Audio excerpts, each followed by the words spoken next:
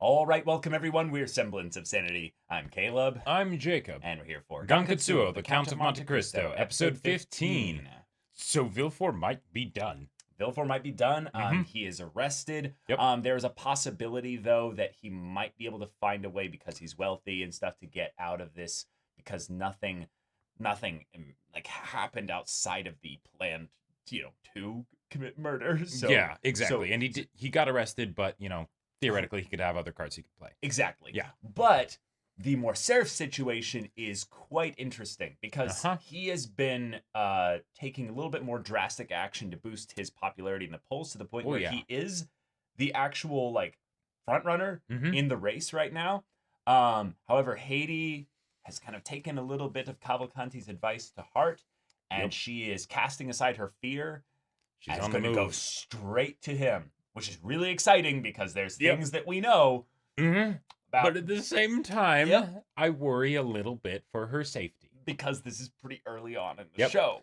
Right. But thankfully, if anything bad does happen, there is the whole thing of that story that is going to be looked into a bit more deeply because, maybe there's something to it. Maybe it's not just baseless rumors. And in some ways, the story being a thing that's not fully out there yet means that Hades' thing can't go perfectly well because there needs to be some usage of the story to where it matters. Right. Not just when Morcerf would be, this confirms it, Yeah, exactly.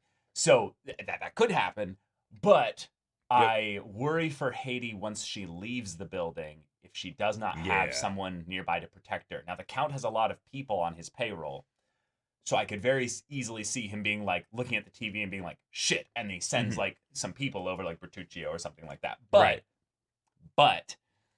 that being said, if this goes into open war, so to speak, and we have a much different way that things go down from the way they do in the book, this could be a thing where you have the political might of Morcerf, who might use this slander as look, my enemies will stop at nothing to try and stop my rise.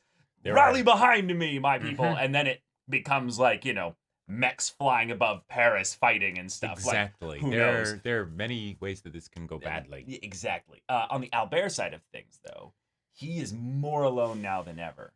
Or at least he certainly feels that way. He certainly feels that way, exactly. Thankfully, the way things are going with Eugenie, though, she could end up being a lot more helpful given that she is actively trying to find him. Right. And that means that if they do reunite, there could be some really cool ways that in their team up that they could work through this chaos with Danglars. Yeah. Also, just given that this is all happening and we're in episode 15, now. Right. The Danglars situation with Cavalcanti, with the potential tie-in to, Villefort and Mama and all that. I'm really curious how the rest of the show, will play out. With this. Because we have a long ways to go. We're past the halfway point, but there's still a lot of episodes left. Yeah, pacing-wise, this show will have every once in a while episodes that just rocket ship through so much story that's in the book. So, okay. All right. Y'all, without further ado, let's get into this. 僕らの暮らす世界はこんなにちっぽけだったんですね。その上、地球から25光年離れたここにおいては。Wow, they traveled 25 light years? 宇宙から見れば僕の悩んでいることなんて。Dang. The idea that if he had the visible technology, he could look back and see him in Mercedes right now. Oh, God, yeah. Isn't that crazy? ごめんなさい、フランツ。急に呼び出したりして。いや、会えてよかったよ。しばらく旅に出るつもりだったから。ただ、一つ言えることは、あいつは何か途方もないことに巻き込まれている。本人は気づいちゃいないけどな。フランツ、私。分かってる。君だって被害者だ。Yeah, Franz is such a good boy. 真実は自分自身で探すんだ。Awesome. Good man, Franz. The way it's distorting slightly. Oh, yeah. That's cool. アルベールさんとお会いする前は、自らこの船を操り、宇宙の果てまで旅していたものです。Oh. こんな大きな船をご自分で。あれをご覧なさい。 This is where we get the Count's backstory. 古代東洋では天の川と呼ばれていたそうです。天の川。Nice. あれを君に見せたかった。言い伝えによれば、思い合う恋人同士があの天の川の両岸に分かれて暮らしているのですが、年に一度だけ川を越え結ばれるのだそうです。古い友人にマルセイユ出身の船乗りが Oh shit. Oh, here we go. その話を聞かされました。彼ら3人は幼馴染で、いつもお互いのことを思い合う仲でした。Yeah. So Oh similar my to God. your situation. しかし、その親友は密かに船乗りの婚約者を愛していた。どうしても船乗りの婚約者を自分のものにしたかった彼は、こともあろうか、船乗りに無実の罪をなすりつけたのです。哀れな船乗りは十数年もの間、宇宙の果ての牢獄に人知れずつながれていた。What are you gonna stop telling this story? だが奇跡が起こり、 Oh, he's still 船 going. 乗りは釈放されマルセイユに帰ってきた。美しい婚約者は船乗りの帰りを待つことなく、その親友と婚約していた。そしてなぜ親友は This is so 友でありながら good. 婚約者を奪ったのか。親友にも婚約者にも裏切られた船乗りは、二度と地球に戻ることはなかったのです。僕もついさっきまでは伯爵と同じように人の心なんて信じられない、そう思っていたはずなのに、なぜかあなたのお顔を見ていたらそんな風に考えてしまうことが一番悲しいことのように思えて。伯爵、どうか Spill blood. 僕らの友情だけは例外であると信じましょう。少なくとも僕はあなただけは信じられる。あの時計はまだ時を刻み続けていますか。 Wow. アルベール、私は遠からずパリを去ります。 Okay. Never to return. しかし、それももう間もなく Oh 終わ my りを迎えよう god. としているのです。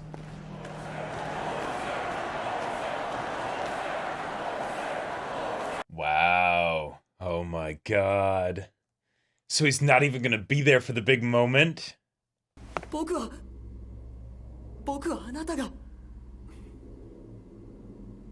いつか再び同じ質問をしましょう。果たしてその時もあなたは私を思ってくださっているか。 Oh, good, good, good, Alright. good, good. ノワルティさん、 Yes. 教えてください。 Yes. ガンクツ王とは何なのか。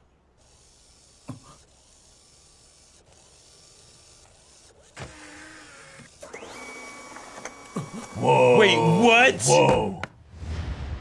Whoa. Oh my god. Okay. You're kidding me. Oh my god. 緊急事態の場合はパスワードを知る第三者がこのペンを使用し、持ち主へのコンタクトが可能になる。あなたの心の中へアクセスできるってことですか。 He blinked once. Yeah. Oh my god. Holy shit. Oh my god. Valentine will know. Oh my god. Or Valentine is the password. Oh my god. Yeah, it might be. Oh, the build up is so good. モルセール将軍の応援に参りました。 Ah, それ nice. はそれは。 Says that positively to get everyone to listen Yep. to her. Yep. 君に Depending on what 大 she 事なキーワー says. ドを伝えたはずなんだ。わかるかい。バランティーヌ、今や私の周りは敵だらけだ。 Oh. 万が一私の身に何かあったらこの花も思い出しなさい。青いバラ。 Okay.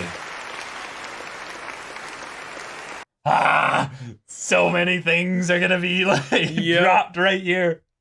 それは光栄です。 Now, you remember Morserf, 以前どこかでお目にかかりま He, した。 he probably wouldn't remember how necessarily. she freaked 忘れ out もしない when she 10 saw 年 him. 前、あなたは旧国の英雄、そう信じておりました。あの日までは。 Oh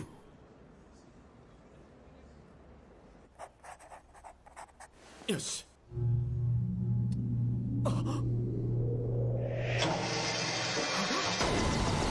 Whoa, whoa, whoa. Okay. この回線をこうやって使うことになろうとはな。だが、もはや政治を離れた私には必要のないものだ。Whoa. あ Okay. りがとう、フランツ君。Downloaded. Like, 君は一体 Yeah. 私はかつてジャニナの地で不幸にして父を亡くし、母ともども商人の手に渡った哀れな女にございます。その話がこの場に何の関係があると？関係がないとそうおっしゃるのですか、モルセール将軍、いえ、フェルナン・モンデゴ。 Oh, there it is. Okay. There it is. Yes, with the guitar. Oh. Yep. それは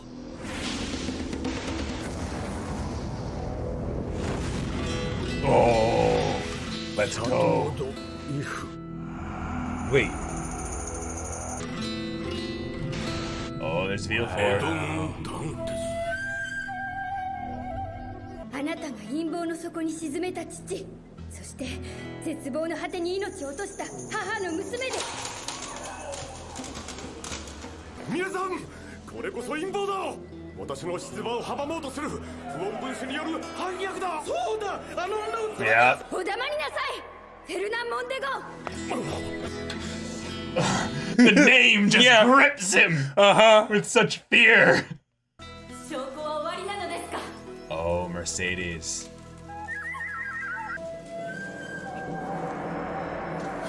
Oh, shit. その男によって商人に売り渡された時に刻まれた。 Wow. エデ、父様の形見をお持ち、 Oh my もし god. 恥ずかしめを受けるようならこれ Oh. 死になさい。フェルナン・モンデゴ、いかにその名を変 Now, えよう he と could も theoretically say, oh, that just proves you're a slave, but not that you have any connection to 我 me. が父の血は生涯消えることはない。これでよかったのよ。あの男は私から全てを奪った憎き相手。それなのに伯爵にお伝えしなくては。こんな思いをあの方にさせてはいけない。でも何か深く恐ろしい闇の気配を感じるんです。 Really? Really now? 僕は一体アルベール、地球に戻りなさい。今すぐにお父上のそばにいて差し上げるのです。 Oh. 父に何かあったのですか。すぐにお戻りなさい。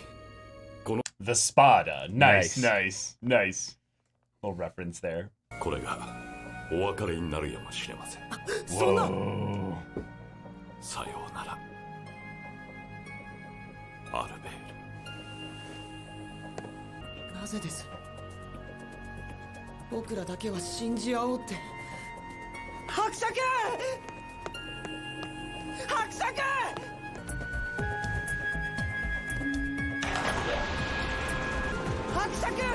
Is he just going out into space? I don't think so.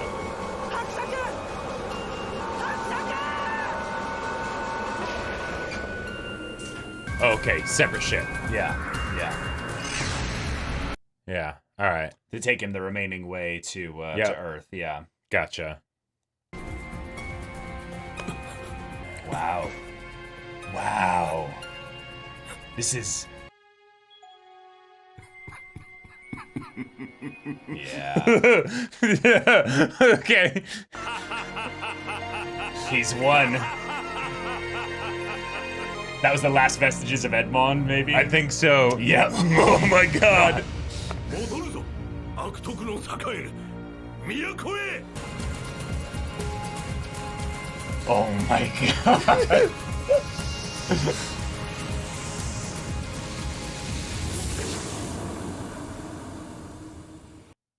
And at the end of the episode, yep. Guys, Well, that was okay. a hype episode. Yeah, that was We was got- excellent. We got, in some ways, such a small amount this episode in terms Right. of actual plot progression, but in Uh-huh. terms of what dramatic stuff was established here, Yep. we are set up for the rest of the show.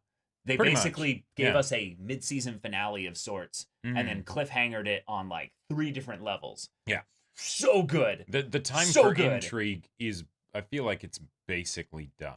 Well, Donglar. Donglar. Well, Donglar. yeah. It's Albert might actually never see the Count again, right? Yes, that is true. You know. Except spoiler alert, he does see the Count again. Just might not know that it's the Count, you know. Well, no, I mean at the end. Gotcha. Yeah, I mean that makes sense. Yeah. Yeah. Right, because the okay.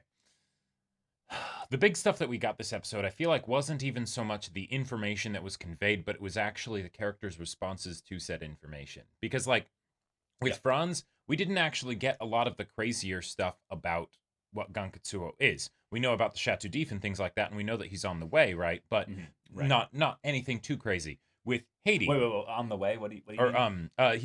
He's still in the middle of that process. Yeah. So we basically, for the sake of expediency, we kind of skip past that, so we know that he's getting all the info. Yeah. But we, the audience, because we don't know how this adaptation is changing a lot of the things that happen in the Chateau d'If, we don't know what Franz might know. Right. So that's probably something that'll be covered in a future episode, maybe the next episode, as it's like, this is the hard deets and stuff. But congrats, Franz, you just signed your death warrant as well. Kind of. But then we have the whole situation with Haydee and Morcerf. We knew that, we kind of knew a lot of the things that, had happened and things like that. Right. But then it's how do the people respond? How does Morcerf respond? How does Mercedes respond? How does Mercedes respond? Yeah, or rather, how does Fernand Mondego respond? I loved awesome. the way this episode used the power of names and the power of true identities and the idea of the masks falling. So in this episode, we have Morcerf being the one that has the mask ripped off of him. Yeah. And he cannot physically keep himself from reacting. He still feels the blood splattering on his face. Yeah, I love the way guilt plays off across him. Because one of the things that was always cool about book Mondego is that there was a lot of guilt associated with what he did. A lot of who he wasn't this complete evil psychopath. Gotcha. He was wrecked with jealousy, like absolute jealousy. And yet, in some ways, the one who was the coldest, the one who had, like, from what I remember, like, zero regard was Donglar. Yeah. Donglar was like, no. I do not give a shit about Edmond. Right. Mondego, though, from what I remember, he even came back to Villefort to see if they could find a way to undo what they had done.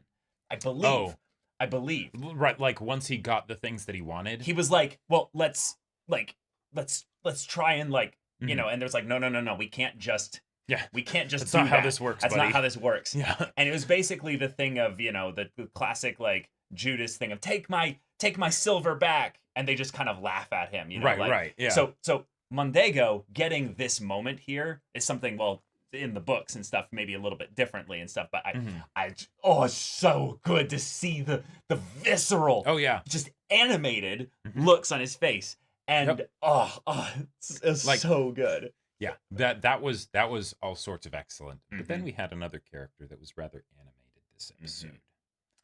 Yeah. The Count. Or should I say Edmond?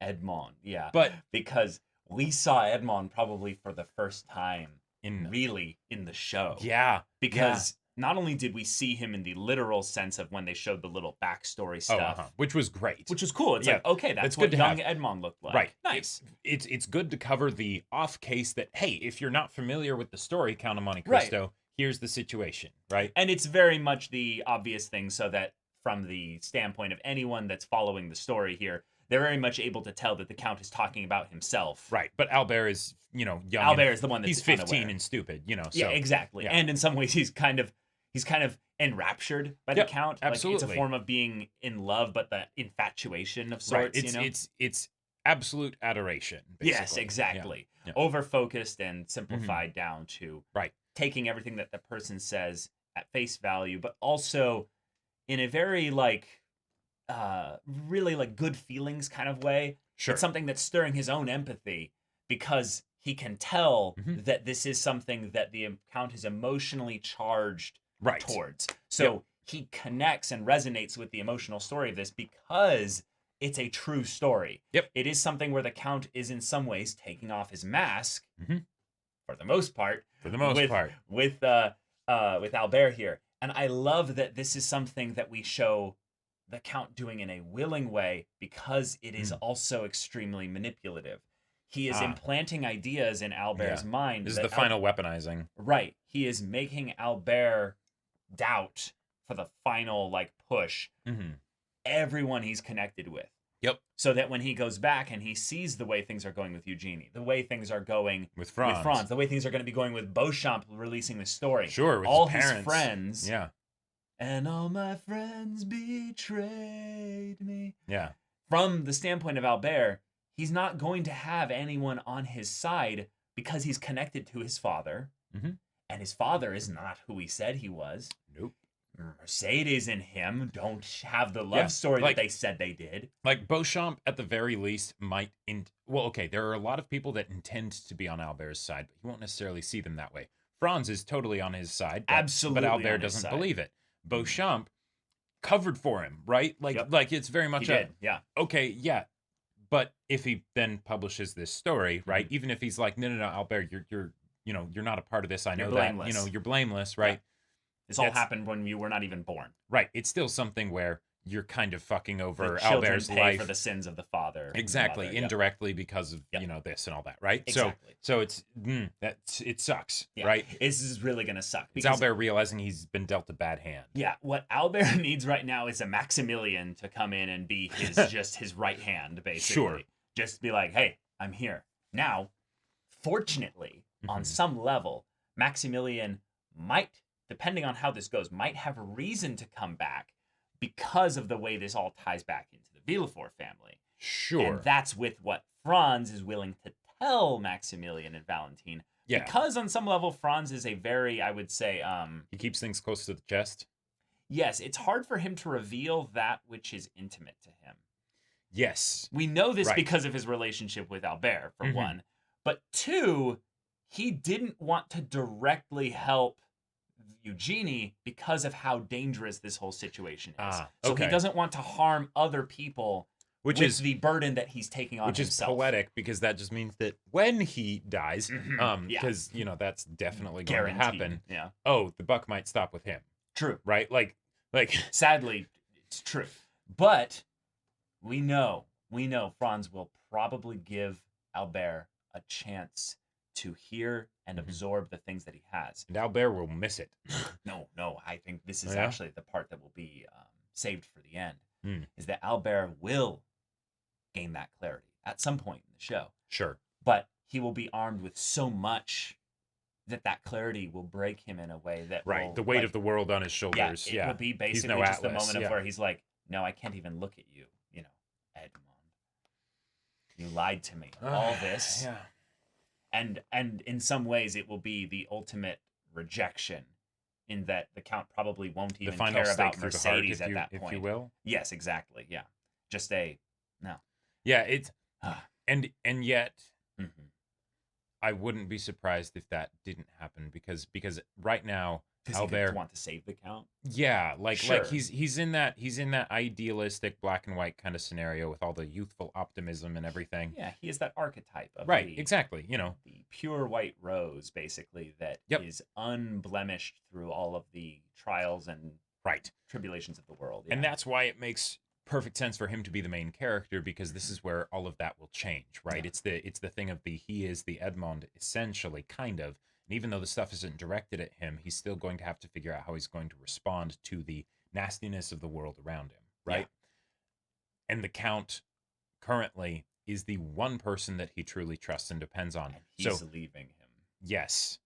I am so excited for the Count to go. Because you were saying maybe this is the end of the intrigue. I don't think so. I think the Count is actually going to go full intrigue. Okay. And he'll use all of his underhanded, sneaky tactics here. Gotcha. To indirectly influence this whole thing so that Morcerf basically is the instrument of his own demise, spirals downward into a bit of destruction, and probably shoots himself. The Count has tipped the first domino, and now which is Albert, by the way, And now he just gets to sit back and watch and laugh. Oh, you think he's going to basically laugh from his like viewport underground super basement in the Champs-Élysées, and he's just going to have all these windows up Danglars style, but instead of investments, he's just going to be like, you do this, you do this, you do this, you do this. Yeah, like, and while it might not be that literally, I feel like that's basically what's already been going on, and given the fact that he has at the very least revealed enough of seen it really, right, but he's revealed enough of himself in private, the Gankutsuou side, the cackling, right, that Bertuccio seemed to be surprised by, you know. Well, that's the thing. Bertuccio, if we go by, I believe, who he is, he's been in this for a long time. Yes. So he knows the situation. Count's true identity. Yeah. And this is probably something that the Count has shown him sides of, but he has maybe been watching with a little bit of bated breath and also a little bit of worry about that moment when the Count would truly be subsumed, like consumed, if you will, by his revenge and hatred and malice and all that. And there we go. The big thing that surprised me this episode is that they decided to skip the actual results of what Haydee said. Yes. And instead to have Haydee be like, I need to warn the Count, this isn't good. This isn't what I wanted. This isn't what I wanted, right? Right. I am not satisfied, right? My hunger and desire for revenge has not been slaked. I'm just broken. I feel empty. Right, exactly. Yeah. And I'm really excited to hear what Haydee's kind of continued aspect of this goes through, because I think she'll interact more directly with the Count if the Count goes into like the you know, like secret kind of underground bunker kind of thing, or does the I'm now nobody. Right. I'm everywhere and nowhere. Right, right. What were some of the identities that he had in the book? I can't remember. The priest was actually the one that stood out to me the most. Yeah, but the other one was he was the great. You as the reader, he was the great pirate. What was the guy's name? The legendary pirate. Luigi Vampa? No. That's another thing. But I think that was. No. That's a different thing. Yeah. But there's the I don't remember. It's a mythical like pirate of sorts where it's the guy who did the Open Sesame, you know. The Alibaba? No. That's the Prince of Thieves. No. I'm talking about the. Wait, I don't remember. Anyways, I'll remember it later. But yeah, there were all kinds of crazy identities that he had. But given the fact that Haydee, specifically talked about that makes me think that that's the story basically saying here's the major conflict from this point forward. Right? Is that the Count is in the middle of his feeding. The vampire is at the throat, right? Will they ever stop? And right. And what's the cost of that, right? And I feel like that's what we got here. Yeah, because this is the personal aspect of the betrayal. Villefort was in some ways the one that a public service getting rid of him. He was the weapon, he was the pen that signed the deal in blood, basically. Right. It was like, now I have abused the justice system in the perfect way to rid, this and all that and stuff. But Mondego was the one who basically had his back. The one who stabbed him directly. Yeah, exactly. Villefort can't. The only way that he can betray is because he's the person who's supposed to uphold justice. But Mondego, it's personal. It's personal. And Danglars is the person who basically had the position of authority and the position of financial kind of runnings, I believe, of the company itself. Well, because I think we can get into that because they could change it as well. But it's not really important as to how that was there. Whether he was wealthy before or made his fortune after or whatever. Yeah. Because I remember he wasn't wealthy necessarily, but he was money minded. Yeah, I was going to say literally that. Yeah. Okay. Morcerf's mask is off. Mercedes asked the question, though, can you prove this? Right. And she showed the record. Now, that's something that very much seems like what they were doing with Nortier, so we could have a moment where she gets into some kind of justice system setup where it's like, here's the thing, someone look at this, an impartial third party, they end up basically getting that position that Franz is in to go and be like, here's the info that we have here. But if that's the case, then Morcerf is motivated, or Mondego is motivated to literally kill her. Yes. And just blot that out as fast as possible. The impression that I got, and given that this is a sci-fi, yeah, it could totally be what you're saying. The impression that I got was that she was more of saying, like, this is proof that I was once a slave, you know, in this, like, specific location and locale. Right. But that it wouldn't necessarily, like, that she was more speaking metaphorically of, like, this tells the story of my sufferings and stuff. But maybe she was actually talking literally there. Maybe there's something like that, but I think that there might be more to it. Because the reason why... Because that's why I think they cut away, was that it can't all be resolved here. Well, exactly. And if that was and that's why I feel like it's... I don't think it's I hope it's not a true record, because then Beauchamp's story in the newspaper doesn't mean anything. Yeah, exactly, right. And if it's the no, I'm a slave and stuff, then it's like, ooh, that's pretty damning, but that's not, I don't know, it's not incontrovertible yet. Yeah, and then suddenly it's the, oh no, we got the scoop from the inside source that helped them do a lot of this stuff. Oh, right. Shit. Yeah, I think though that you would still want to, at the very least, investigate the actual thing itself and then do some stuff with right, make sure that it's legit, not some tattoo or anything like that. Right, exactly. So I'll wait and see on that front. But the Count's fangs are bared and he's coming back, and I just loved the twist of, I'm heading off into space. You will never see me again. Right. And then it's just like, no. And you're like, oh man. And then the flower wilts and you see him like and that maniacal shift, and you're like, man.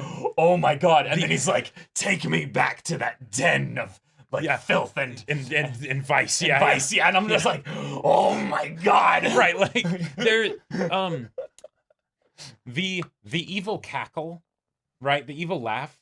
That is something, that is a card that you want to play with caution, right? Very much with caution. Because it can come off as hella cheesy. Yep. And you can only play it once.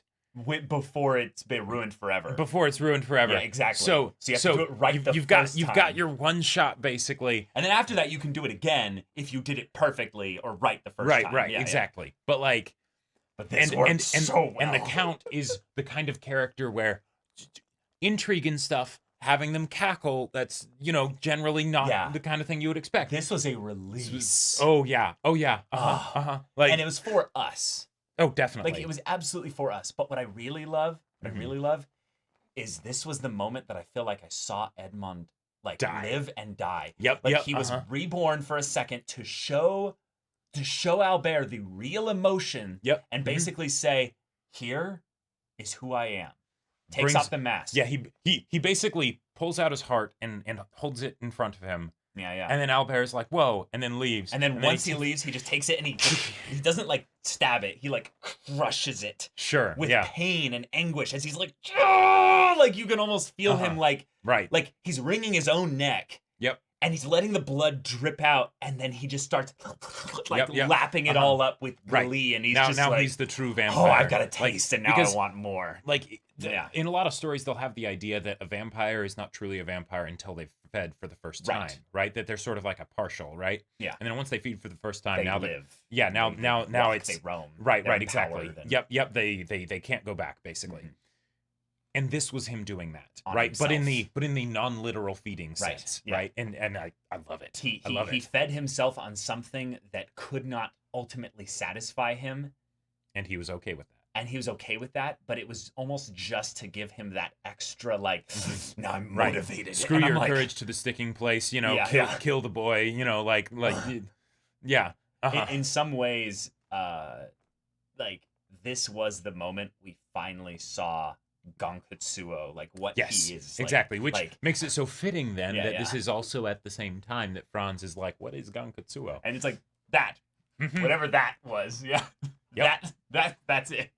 And I'm so excited now to get the hard lore of the sci-fi thing of what's actually going on with the purple glyphs and the what happened in the Chateau d'If exactly, so what happened exactly, but then also showing it in parallel with Albert. So fantastic stuff. Can't wait for the next episode. And y'all, if you want to see that next episode's reaction and discussion right now, go check out the link in the description below for our Patreon. You can get an early access there. You can watch full-length timer reactions there. And all this comes with Discord access, so you can chat with us in the community there about this show, about anime in general, and also be sure to check out our Twitch channel. We stream every weekday. The info's in the description. Yeah, so if any of that interests you, we'll see you there. But until then, we're Semblance of Sanity. I'm Caleb. I'm Jacob. And we'll see you all next time.